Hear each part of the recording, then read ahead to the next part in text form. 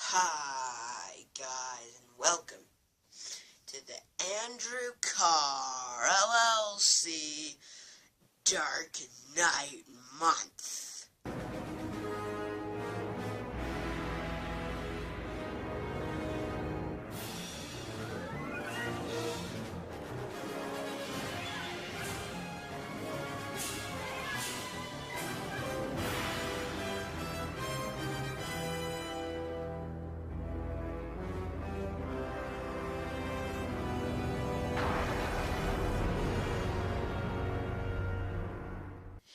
Yes, guys, this is the month where we look at all things Batman. And today, we are looking at Arkham City.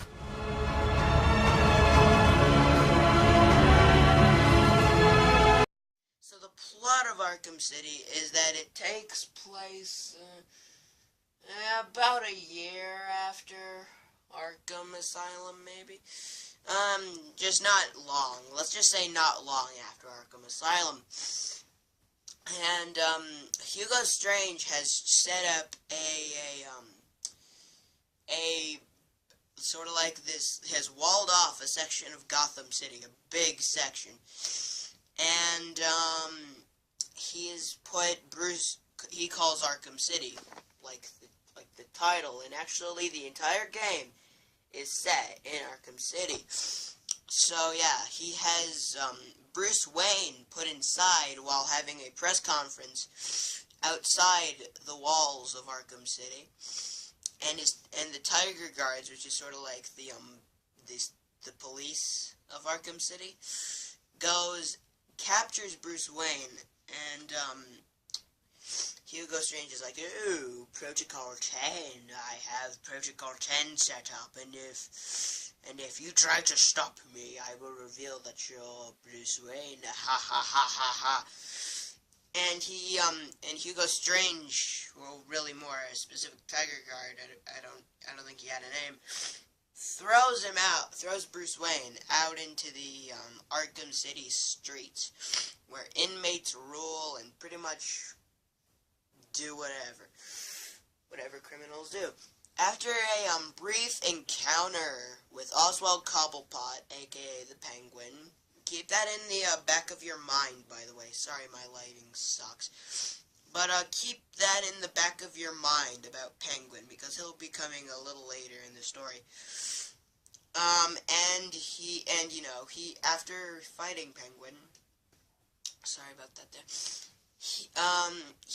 He tells Alfred, call down the bat suit, and Alfred does so, and Alfred becomes not Alfred. Bruce Wayne becomes Batman. So now it's Batman going through the city to find out what this mysterious Protocol 10 is.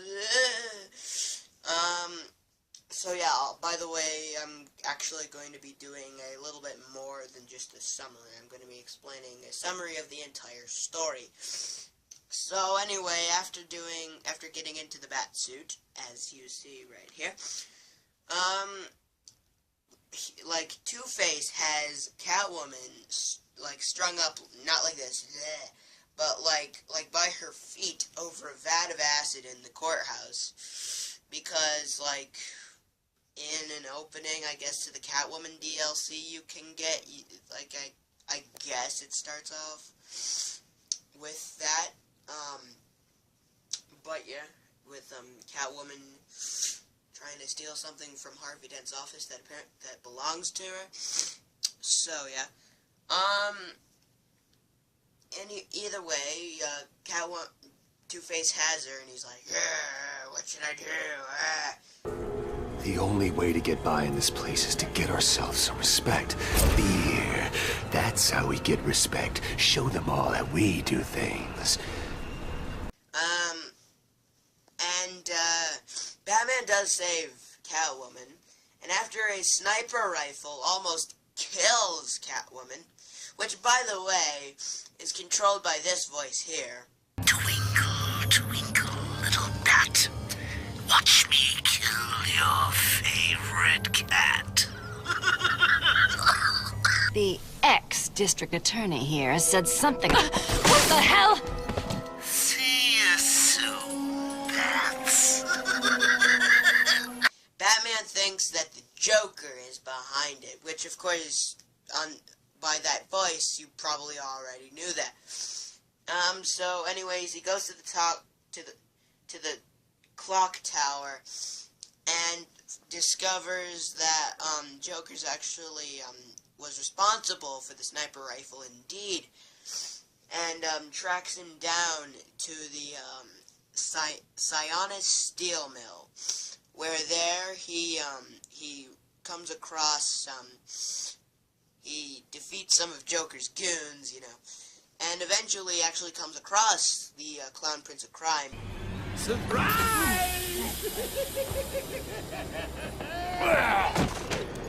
You fell for the old fake Joker gag, Batman. Batter up!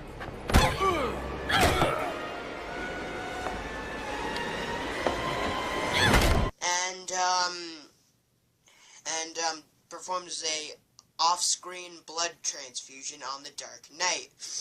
But it turns out that the Joker is actually dying from a deathly disease from his previous encounter with Batman in the game Arkham Asylum.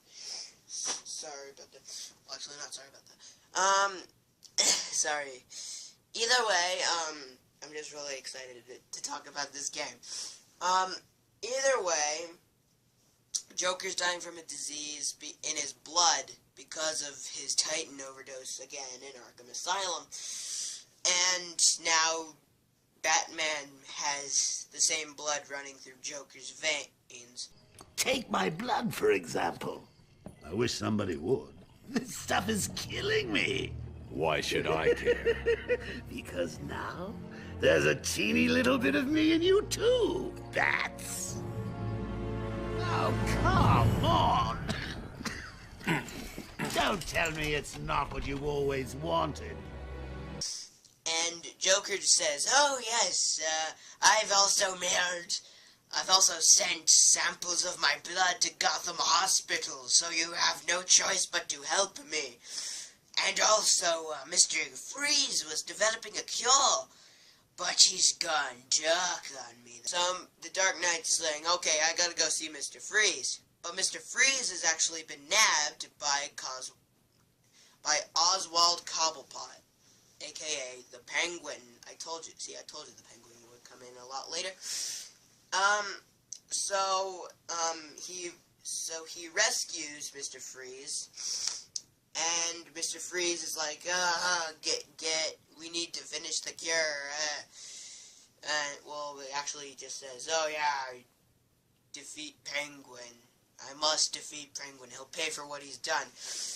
And actually, Batman does defeat Penguin along with Solomon Grundy, who is deep within the depths of the Iceberg Lounge, which Batman found Penguin and Mr. Freeze in. So like the Iceberg Lounge, sort of like Penguin's base, I guess. So he defeats Solomon Grundy, Batman defeats Penguin, but Mr. Freeze has some bad news for Batman. Mr. Freeze says, "Oh yes, I have developed a cure, but there's a specific enzyme that will make this an actual cure. And without that specific enzyme, you and the Joker are just dead. You're vegetables." But Batman's like, "Oh, I know a person who has that enzyme in his blood. And it turns out to be Ra's al Ghul, and I'm gonna find Ra's al Ghul." And he actually follows an assassin who escapes from the Iceberg Lounge down to his sort of hideout, his lair, Ra's al Ghul's lair, where he firstly meets Talia al Ghul. And after doing the when I first played it, aggravating demon trials. But now I've got the hang of it now. But anyway, moving on, he meets Ra's al Ghul, and after fighting Ra's al Ghul,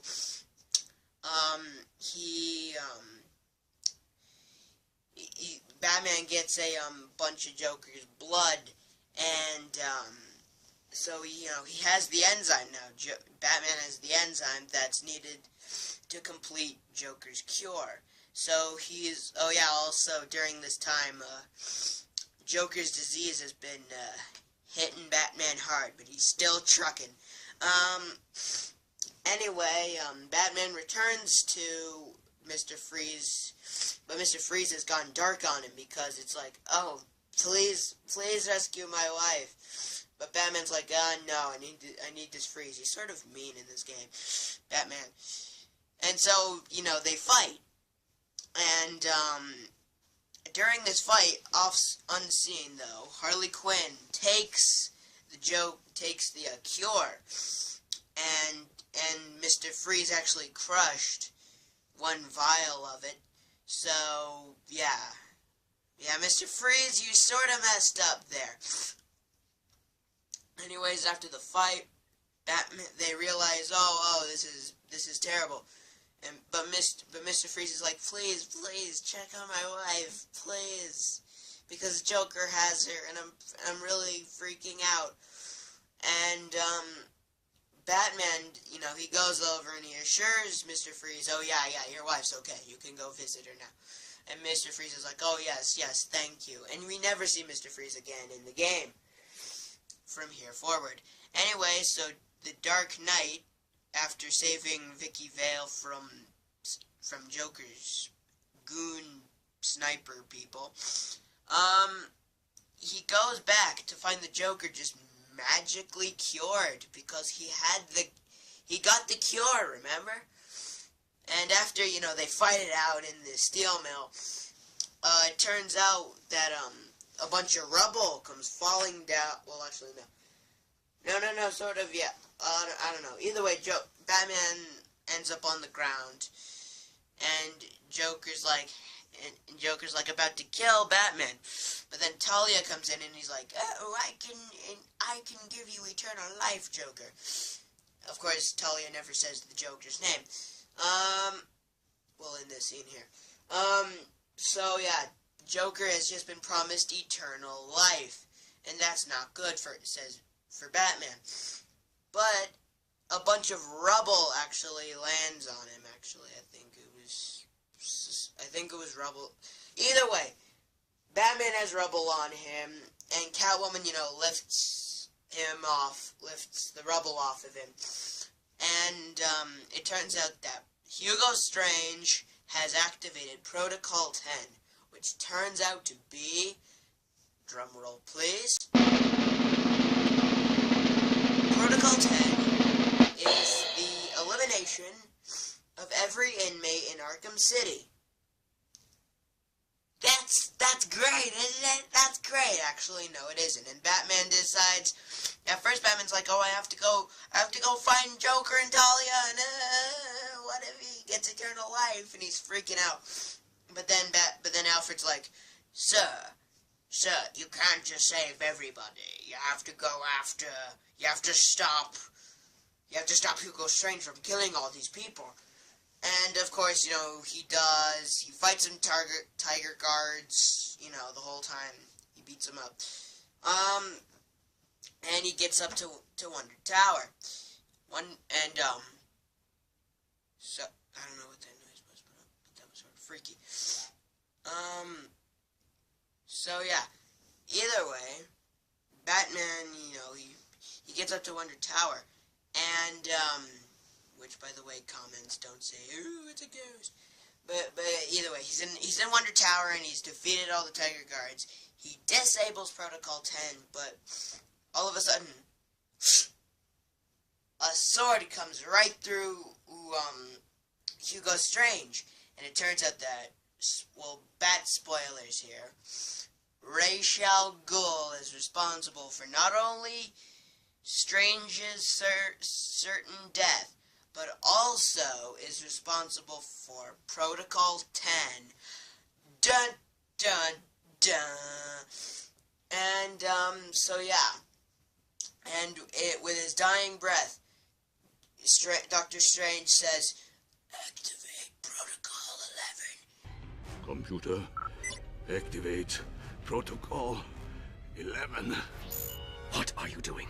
Passcode, Wayne. The top of the tower is going to explode. And,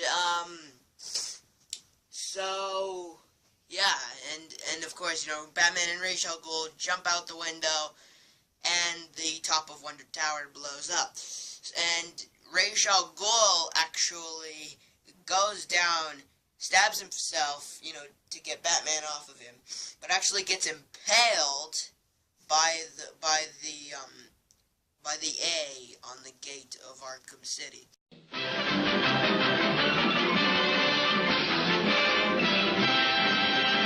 But what about Joker and Talia? What happens to them? Well, here's what happens.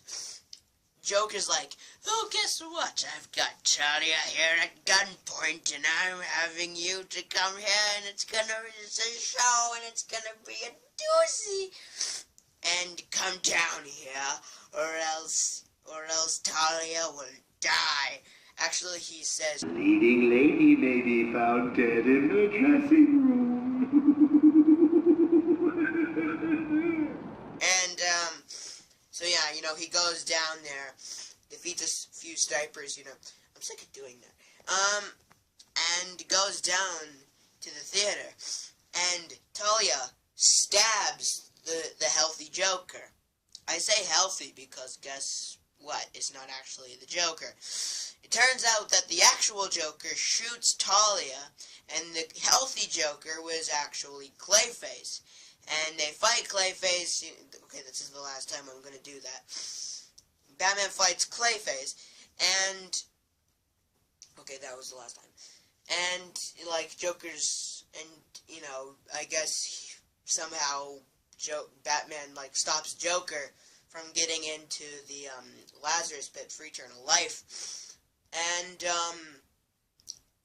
so Batman actually drinks some of the cure, but the Joker stabs him in the arm, and the cure drops, meaning that the Joker can't get the cure now. And in his dying breath, and yes, Joker is actually succumbing to his disease. This is where the story meets its end, and it gets a little sad here. Batman says, and here's actually the quote from the game. Want to know something funny? Even after everything you've done, I would have saved you.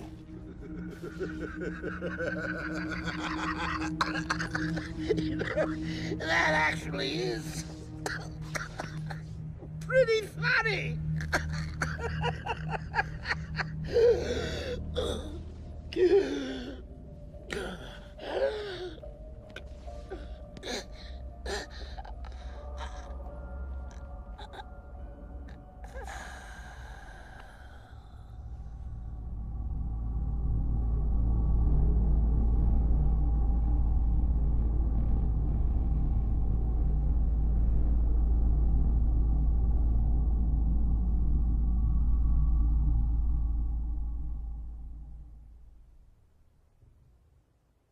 And Joker dies. Well, in the Arkham franchise, he's dead. So, the game ends with Batman carrying out Joker's body and putting it on the hood of Jim Gordon's car, who have just arrived outside the gates. And he walks away toward the camera, slowly. And that's the story of Batman Arkham City. What a great way to end a game. But actually, we have one more game left, but it will be a lot later into the month. So, yeah, you're gonna have to wait for Arkham Knight. But, yeah, what did I think of Arkham City? freaking awesome. It's probably the best game in the Arkham franchise, to me. Yeah, I said it. Arkham City is better than Arkham Asylum, which when comparing the two, Arkham City. Sorry about that. That was sort of a fail. But either way, Arkham City wins over Arkham Asylum. Not to say Arkham Asylum sucks, which it doesn't. I just like Arkham City a lot better. So either way, this gets a solid 5 Jokers. Yeah, I forgot to mention, Kevin Conroy returns in Arkham City, and Mark Hamill finishes off the Joker in Arkham City, and again, the greatest ending, well, one of the greatest endings to a Batman comic.